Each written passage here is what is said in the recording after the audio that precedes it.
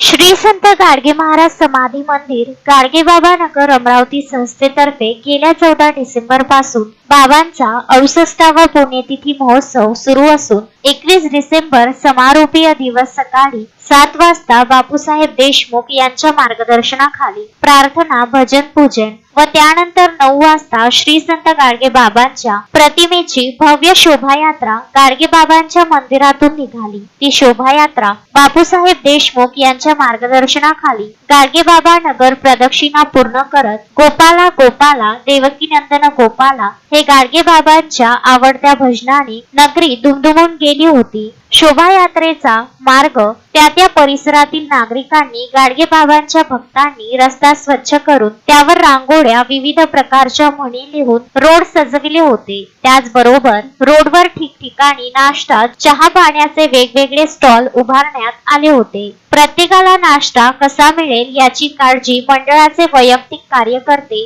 करताना दिसत होते। एवढेच काय तर बाबांच्या समाधीच्या काही अंतरावर तेथील कार्यकर्त्यांनी दहीहंडी कार्यक्रम आयोजित केला होता। तसेच शुभम साळुंके मित्र परिवार तर्फे चहा आणि बिस्किटाचे पुडे वाटण्यात आले होते। तसेच अमोल सोळंके यांचा वाढदिवस असल्याने त्या मुलाच्या हस्ते सर्व शोभायात्रेमध्ये सहभागी झालेल्या बाबांच्या वारकऱ्यांना पोह्यांचा नाश्ता तसेच चहा देऊन त्या निमित्ताने वाढदिवस साजरा केला। बाबांच्या पुण्यतिथी उत्सवामध्ये सहभागी होताना एक वेगळा आनंद, वेगळी ऊर्जा मिळत असल्याचे परिसरातील इंजिनियर अशोक ठोंबरे यांनी मत व्यक्त केले। संपूर्ण गाडगेबाबा नगर, राधानगर परिसर दुमदुमून गेला होता। बापूसाहेब देशमुख यांच्या भजनाने भाविक भक्त सुद्धा ते भजन गुणगुणत होते। शोभायात्रेचा 1 वाजता गाडगेबाबाच्या मंदिरामध्ये समारोप करण्यात आला। गाडगे महाराज आदिवासी आश्रमशाळा येथील विद्यार्थी, कर्मचारी, शिक्षक